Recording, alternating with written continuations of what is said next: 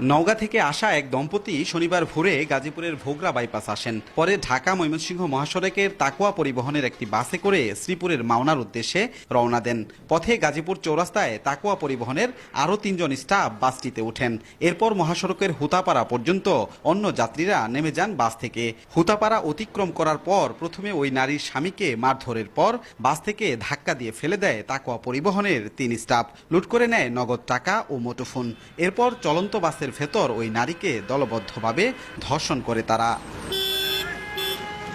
বাসটি ঘুরে এক পর্যায়ে রাজেন্দ্রপুর চৌরাস্তায় অভিযুক্তরা ওই নারীকে রাস্তার পাশে ফেলে পালিয়ে যায়। ঘটনার পর শ্রীপুর থানায় নির্যাতিতার স্বামী বাদী হয়ে মামলা দায়ের করেন। পরে শনিবার দিনভর পুলিশ অভিযান চালিয়ে তাকুয়া পরিবহন জব্দসহ ৫ জনকে গ্রেপ্তার করে।